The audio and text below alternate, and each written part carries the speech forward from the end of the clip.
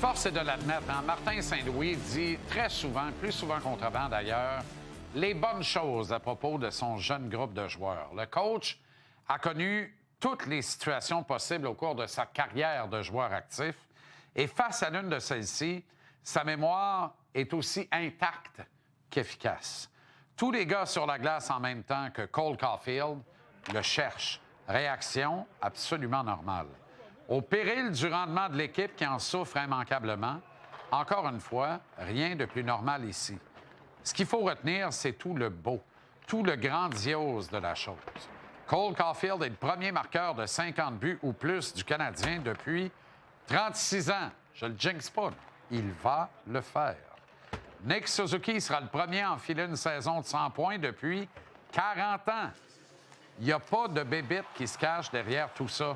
C'est merveilleux, puis c'est tout. Le coach a l'embarras du choix quant à son effectif. Avec les retours de Doc et Texier, c'est encore plus vrai. Ajoutez Michael Age qui s'en vient à temps pour la fin de la saison régulière. Le gars qui va se traîner les pieds un soir donné va sortir de l'alignement, point final. Je me répète depuis octobre, mais il y a un coup à jouer cette saison dans l'Est. La perte de Sacha Barkov en Floride a placé les Panthers sur la voie d'évitement. Tellement que Bill Zito a vidé le club dans les dernières semaines.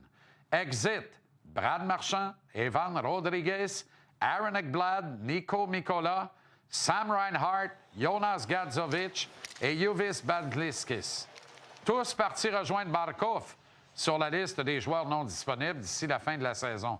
En plus, Matthew Tkachuk va voir son épouse mettre au monde. Alors, il n'est pas avec le club ce soir à Montréal. Et Bobrovski n'est pas dans le net. Ça va-tu bien? Zito doit terminer le plus creux possible au classement et ainsi s'assurer de repêcher dans les 10 premiers à l'encan de juin. Sans quoi son choix devient la propriété des Blackhawks de Chicago. Ça a lien avec l'échange de Seth Jones il y a un an. Comprenez ainsi pourquoi les Panthers encaissent de vulgaires fessées. Elles font l'affaire de la haute direction, Zito en tête. Lorsque je parle d'un coup à jouer dans l'Est cette saison, c'est d'autant plus vrai que l'an prochain, la Floride sera de retour au plus fort de la lutte. Les Panthers s'offrent un mulligan cette saison, mais l'intention des décideurs est de retourner en grande finale de la Coupe Stanley en 2027 et de tenter d'en gagner une troisième en 4 ans. Avec un alignement reposé, frais et dispo, les Panthers vont détenir la clé de tous les possibles. De là l'importance de profiter de leur absence en série de fin de saison ce printemps. De là aussi ma prédiction de la présence du Canadien en finale de la Coupe Stanley dans 2 mois. Au niveau talent, le CH n'a rien envié aux autres prétendants de l'Association Est.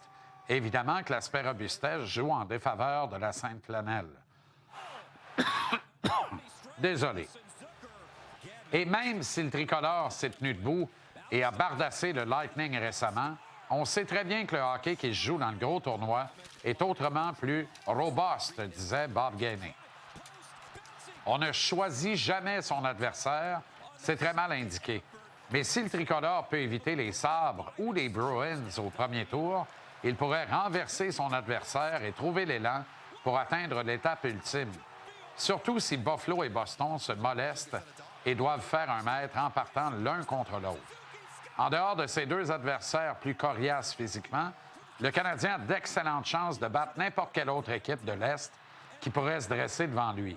De la façon dont se comportent les hommes de Martin Saint-Louis, avec le talent brut et la profondeur qu'ils affichent, avec Jacob Daubesch qui semble imperturbable et qui travaille au même niveau que les meilleurs dans la business, quelle équipe qui affectionne jouer au hockey avant d'intimider et molester un adversaire peut prétendre pouvoir battre le Canadien 4 fois en 7 rencontres? Personnellement, je n'en vois actuellement aucune.